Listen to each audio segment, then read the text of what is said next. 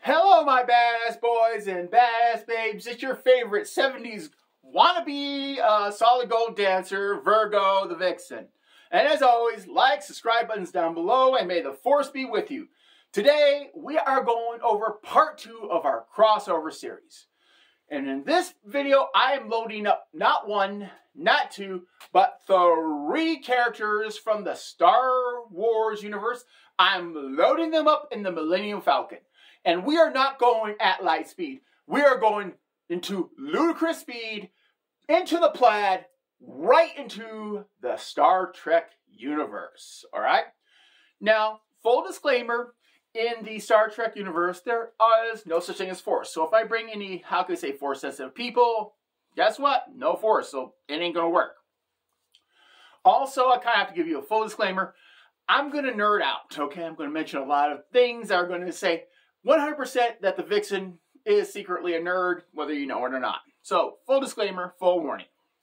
Alright, now that we've loaded our 3 people into the Millennium Falcon, we've gone into the ludicrous speed, into the plaid, we're here in the Star Trek universe. The first one off the Millennium Falcon is one of my personal favorite characters out of the entire Star Wars universe, okay? Versatile, knowledgeable, sassy, and how can we say, attitude, you have to give it to the one, the only, everyone's favorite walking trash can with wheels, everyone's favorite and most popular droid in the Star Wars universe. I give you the one, the only, R2-D2 is the first person I am bringing over. Now, to be fair, R2 is going to love this world. First of all, let's say R2 does join Starfleet. Okay, he is going to be every chief engineer's wet dream come true. First of all, if you need a droid or need someone go on away missions, R2 is the perfect person. He knows how to work on computers. He can basically do anything an engineer can do. He can go over terrain, any terrain, desert, ice, swamp, you name it. R2 is just that damn versatile. That's on away missions. Now let's put him into a ship. Basically, this guy's going to replace at least 2 to 4 staff members very easily. You have a problem with the computer? R2 talks to the system, finds out what's going wrong. It's like, oh, okay, we need to replace some chips over here. He can go over and he can replace the chips, like bing, bang, boom. And the best part about R2-D2 is he knows how to serve drinks. Yeah, you heard me. In episode 6 of the Star Wars series, I think it was, let's see here, The Return of the Jedi, he's in Jabba's palace serving drinks. So this guy is well skilled. So any chief engineer would want this guy. But let's say R2 doesn't go into Starfleet. Let's say he goes anywhere else. That means he could work on a space station. He could be, you know, a co-pilot. He could be a tour guide. Or he could be, you know, serving drinks at Quark's. And for the record, Quark's is a famous bar on Deep Space Nine. But I digress. Don't go too far. Okay, so R2 is going to love this universe. All right, let's slide him out of the way, and let's bring out our next person. And she's more of a recent person, is Ahsoka. If you've watched the series on TV, or I should say Disney, or whatever it is, I gotta tell you, this woman is a badass. Now, she has the power of the Force. But in this universe, we're going to take that Force out. And so what is left?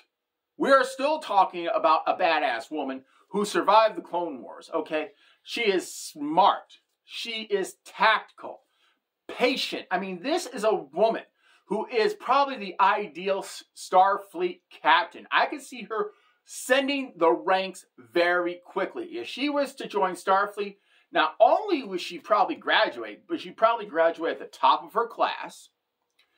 And she would just be a captain that every Starfleet admiral would want directly under them. Like I said, she knows what she's doing. She can handle herself. In the face of danger, she is cool as ice. So, with that being said, if she doesn't go Starfleet, where does she go? And the answer is anywhere, okay? Even without her Force-sensitive abilities, she has the ability to adapt to any situation. She's very intelligent. And her abilities with manual labor and other things, she can probably blend in anywhere and get a job anywhere if she doesn't want to go that route. And the third person I'm going to bring out, and this one I've been debating. You see, I've had a tough choice with all three of these decisions, and this one is really hard for me to do. But I had to narrow it down, and I decided I am going to take as my third and final person is going to be everyone's favorite sidekick, Chewbacca. All right? Now, ladies, I got to tell you something about Chewbacca. I think Chewbacca is the perfect guy. All right? First of all, Chewbacca is a great listener. Second of all, Chewbacca is strong. Third, guess what? He's protective. Anything harms you, Chewbacca is going to be there to whoop some ass. And the fourth reason I think Chewbacca is going to be the perfect guy is look at his hair. He takes care of it. I don't know what he does, but oh my God.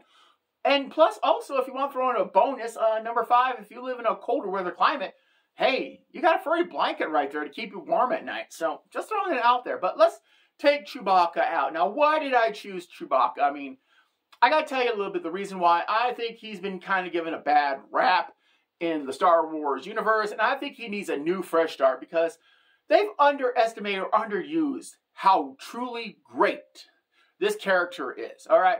Let's say, for the moment, he joins Starfleet. All right. Let's say he joins Starfleet. Tactical officer material. Very easy. You want a guy who can lead soldiers into battle. You want a guy who can shoot down enemy ships in space. Chewbacca is the guy. You may have some problems communicating, but that's why I got universal translators for. But otherwise, hey, worst case scenario, hey, he can even throw in a little help with the engineering. He knows how to fix ships. He can do a little, maintenance work if need be. So kind of Chewbacca's got that multi-tool for a ship that you need when you're out on, let's just say, the neutral zone, when you're going to be facing the Klingons, or the Romulans, or the Cardassians. I'm a nerd. Get over it. All right. Let's say Chewbacca doesn't go the route of Starfleet. Chewbacca will have a career as being a mercenary or a bodyguard, especially for a race called the Ferengi. Those are the ones with the big ears. Yes, I know I'm nerding out, but anyways. So, he could be hired out as a bodyguard, and he could set his price to wherever he wants. I mean, the guy knows how, first of all, he knows how to shoot straight, which is, that's a little skill that helps. Physically strong, can rip limbs off droids without even thinking about it, which I would pay to see that happen more in the Star Wars movies. Hint, hint, wink, wink, Disney. So, Chewbacca is going to enjoy this world. Now, for the record, I've had to make some tough decisions on which characters. And if you want me to do another one of these crossover sections, or should say videos where I bring more, put in the comments below. Now, before I go, I know there's been a little tension between people from the Star Trek universe and the Star Wars universe, the die-hard fans. And I want to reach out, and I got to talk to you. So, as a Trekkie, I want to reach out to some of the Star Wars fans over here. And first of all, I want to say I'm sorry. For episodes 7, 8, and 9. Now, I know Disney did you guys wrong big time, especially with what they did with Luke Skywalker, okay? As a Trekkie, if they did something to Captain Kirk that way, yeah, I would be up in arms. I would be lividly pissed. Now, I've checked on the internet. I've read several stories where Lucas actually had, some material written for basically episodes 7, 8, and 9, to where it took like a couple years afterwards. And Luke played a vital part of it. He just wasn't some character that just died off. Luke was a vital part of the storyline. So, for that, I gotta tell you, Disney did you wrong. I am so sorry. I feel your pain. If you need a shoulder to cry on, I'm right here. With that being said, I gotta tell you something, you guys, on Star Wars. There is a race in Star Trek called the Vulcans. They have sex once every 7 years. That's a lot more than some of you guys do. So everything I said to the Trekkies about dating also applies to you. Now, I'm not saying this to be mean. I'm trying to help you out. There is nothing wrong with dating a human companion, okay? Or a member of the human species, all right? So it's okay to go on dates. It's okay to have fun. It's okay to down the nerddom a little bit. So this way, you can enjoy the pleasures of sex without having to, pay cash in advance, let's just say. Well, my badass boys and badass babes, I hope you've enjoyed the crossover series. Because if you want me to do more of these, let me know in the comments below. I'll pick 3 more characters from each universe. We'll do them all over again. So, whether it be Beam Me Up Scotty, whether it be The Force is With You, or in my case, Cerrito Strong. In either case, whether you're Star Trek, Star Wars, it doesn't matter. All of you need to get laid. Get out a little bit more. Have some fun. Doesn't matter if we like one or the other or both. Let's face it, nerds unite. Who's your vixen? And bye-bye.